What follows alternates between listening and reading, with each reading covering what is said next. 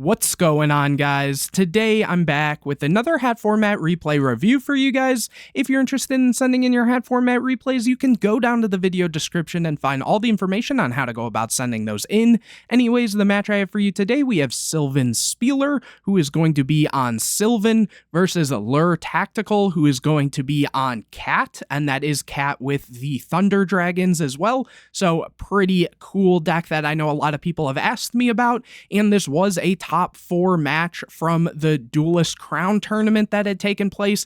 By the time this comes out, I don't think there would have been another one yet, but I'm pretty sure this was Duelist Crown 17, if I'm not mistaken. I'm a little foggy on if that was the most recent one from memory, but either way, this should be a good match, hopefully, so let's get straight into it.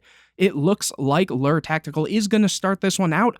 Opening hands, we see Upstart, Soul Charge, Komashrumo, Sylvania, and Fertilizer.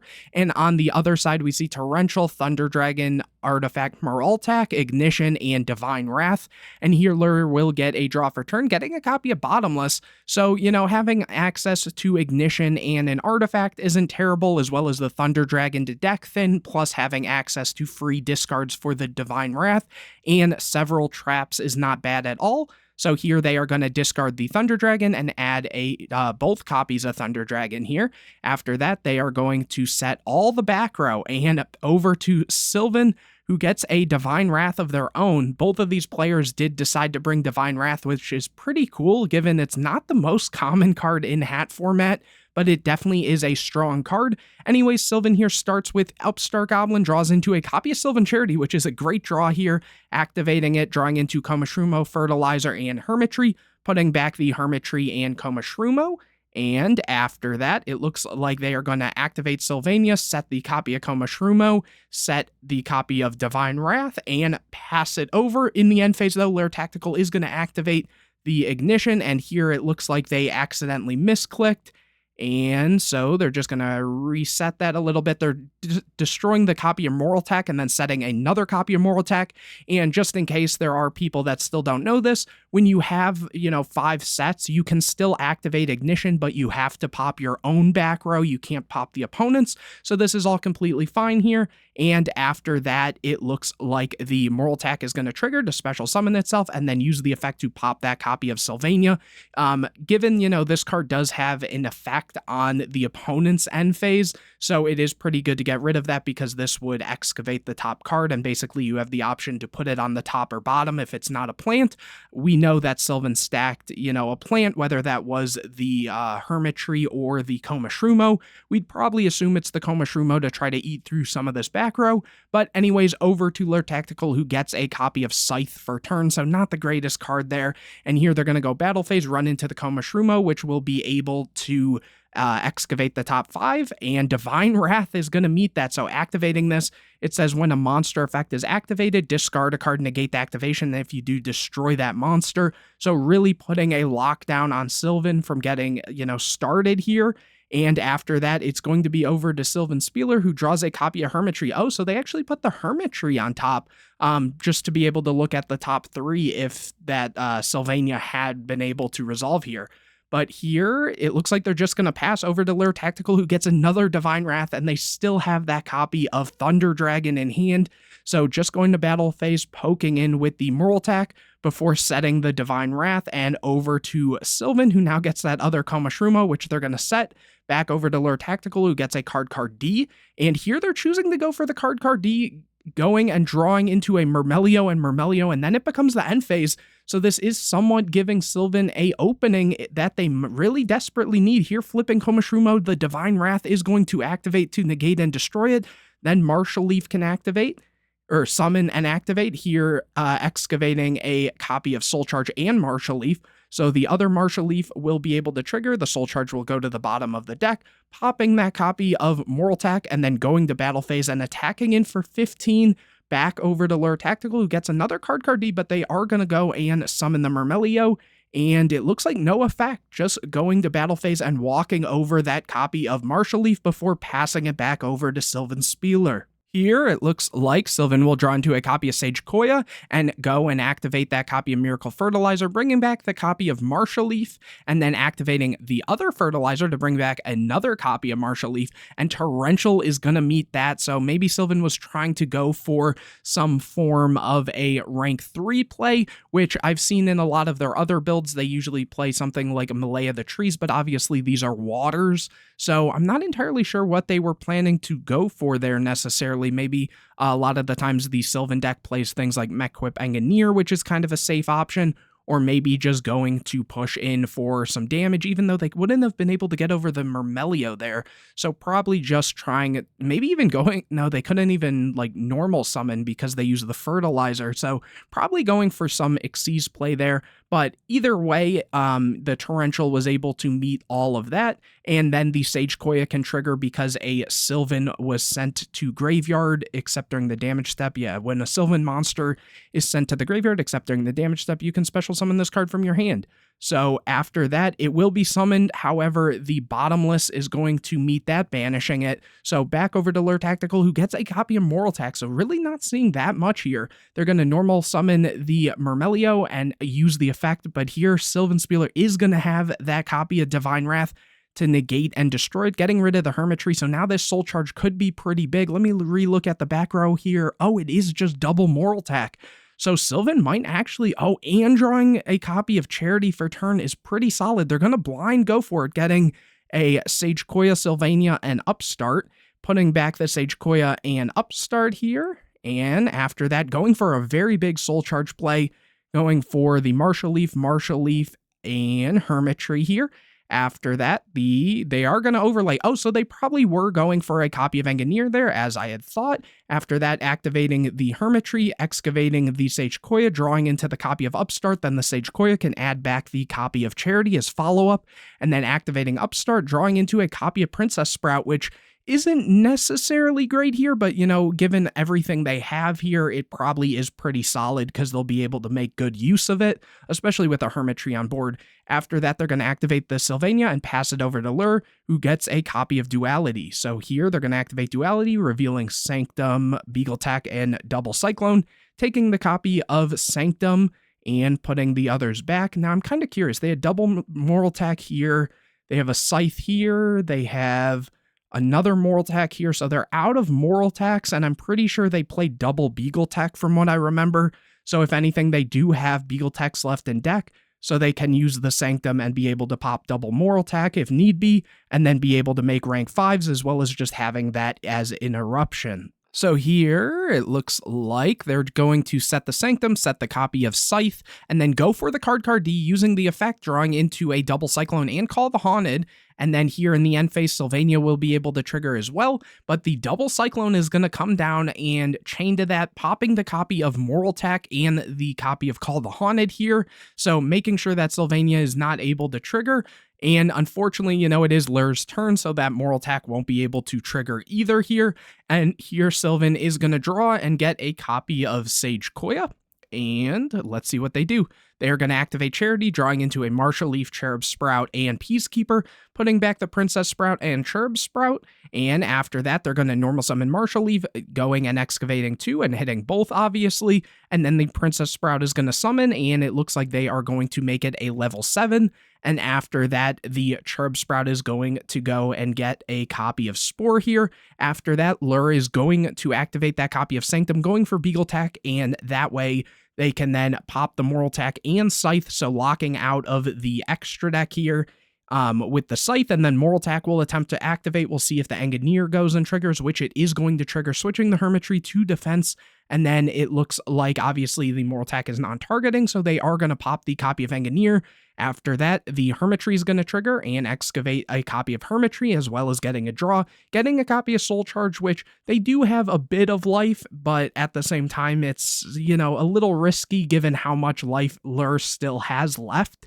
But they are still in a very good position here. Hermitry is going to allow them to look at the top 3 and rearrange them in any order, as well as on that chain, the Sage Koya is going to trigger to special summon itself, and here they're just rearranging.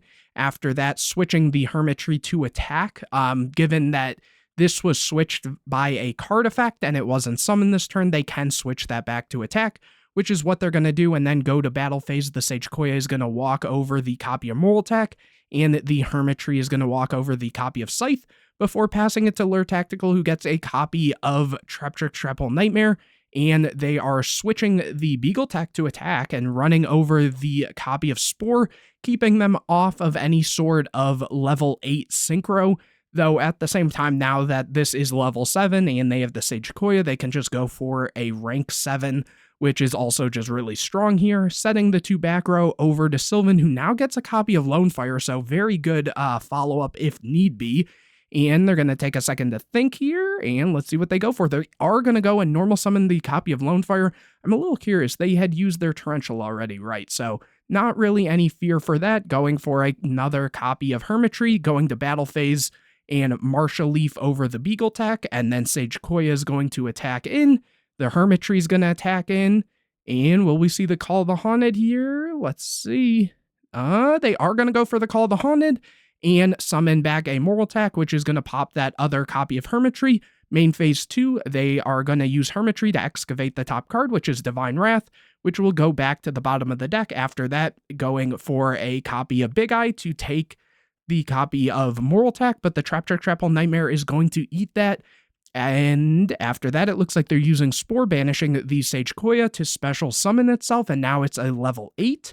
So then they can overlay into a copy of Alsay here. Alsay is a very strong card here, having 3,200 defense, as well as being able to shuffle things back into the deck. So here they are going to use the effect and call Sylvan Blade Fender, excavate the top card, it gets sent to graveyard, and because it wasn't the right card, and then because a card was sent to the graveyard, then Alsay is going to be able to shuffle back that copy of Moral Attack here, and Lure Tactical is just going to scoop it up here. So moving on into game number 2, Lure will get to start this one out again. Opening hands, we see Mount Sylvania DD Crow, Spore DD Crow, and Charity, and on the other side, we see Soul Charge Maxi, Call the Haunted, Mermail, and Bottomless Trap Hole. Also, just very impressive that Sylvan was able to, claw their way out of that in the first half of that game, because it really seemed like, Lure had them on kind of lock. So very impressive. But here Lure is going to draw, getting a copy of Debunk, going and normal summoning Mermail, adding a copy of Traptrick Trapple Nightmare, before setting for back row over to Sylvan, who gets a copy of Martial Leaf. They're going to activate Charity, drawing into Fertilizer, Martial Leaf, and Sage Koya, putting back the copy of Sage Koya and Martial Leaf.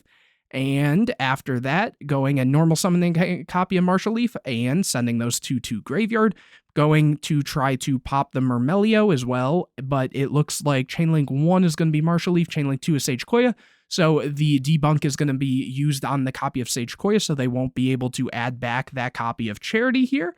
And after that, going to battle phase, Martial Leaf can walk in for 1,500, and then main phase 2, activating the copy of Mount Sylvania before passing it over to Lure. But here, Call the Haunted's going to activate, and DD Crow's going to be chained to that, so the Mermail is going to get banished. Obviously, Lure was trying to summon it back to then be able to pop this copy of Sylvania here.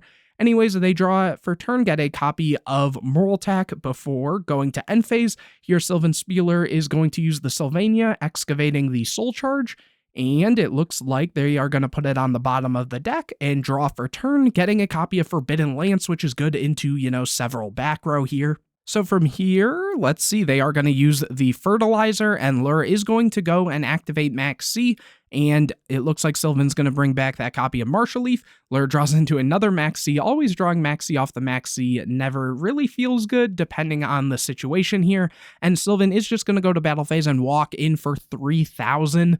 So not too bad before setting that copy of Lance and passing it over to Lure Tactical, who now gets a copy of Ignition, which isn't bad given, they do have that Moral Attack set.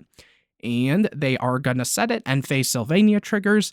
And Divine Wrath is revealed, and it looks like they're going to put it on the bottom. Draw for turn, get a copy of Princess Sprout. From here, just going to battle phase, but Lara is going to use that Ignition, popping the Moral Attack and setting another copy of Moral Attack. Moral Attack is then going to trigger, but DD Crow is going to meet that. And let me just see, they didn't. No. Okay, so they didn't have a Divine Wrath or anything like that.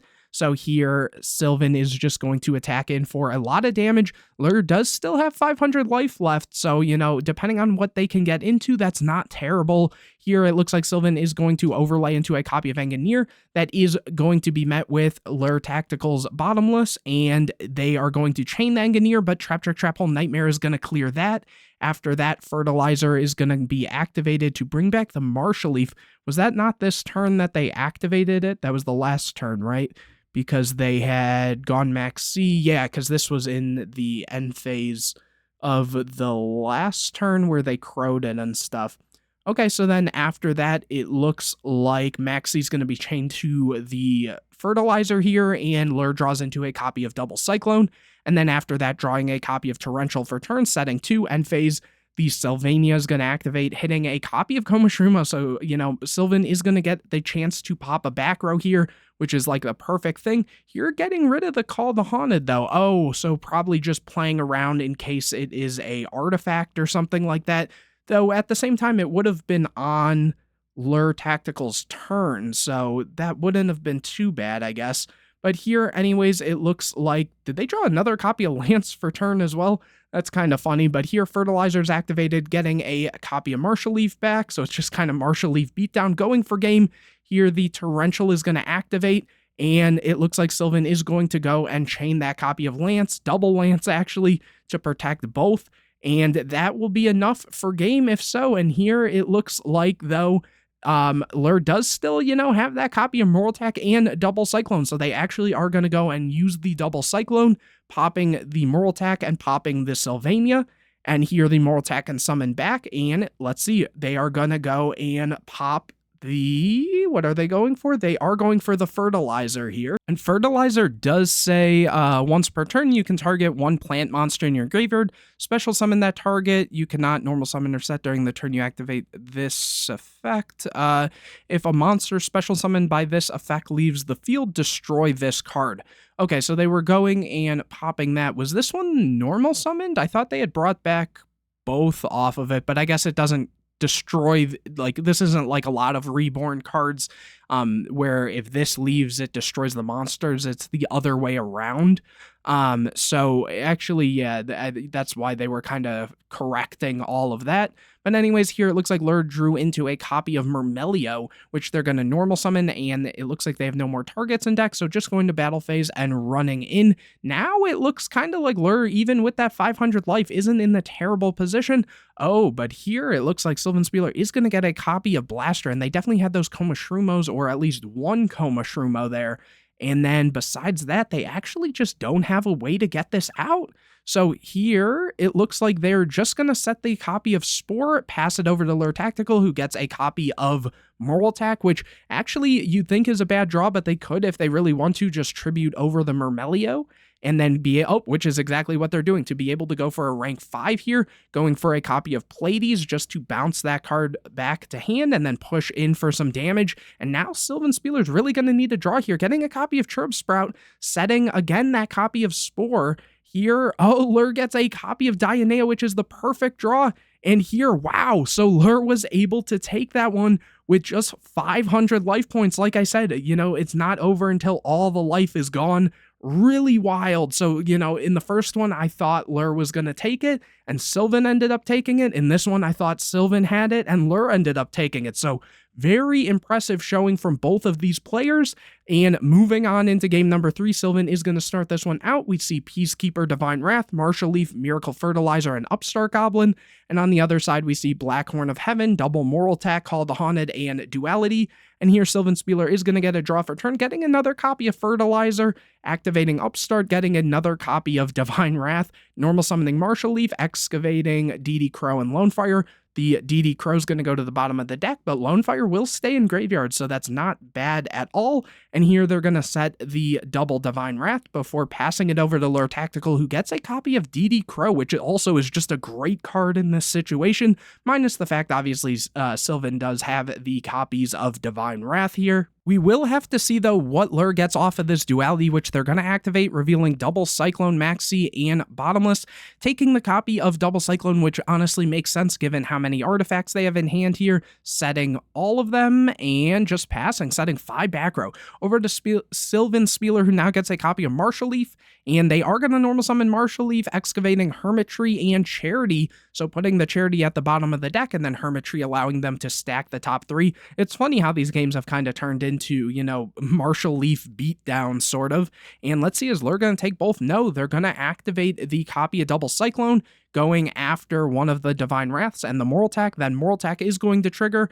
Sylvan says it's good, and the Moral Attack will trigger, which is going to get met with the Divine Wrath. So both Martial Leaves will be able to go in, but the Call the Haunted is going to be able to activate, bringing back that Moral Attack and still popping a copy of Martial Leaf. Over to Lure Tactical, who now gets a copy of Sanctum.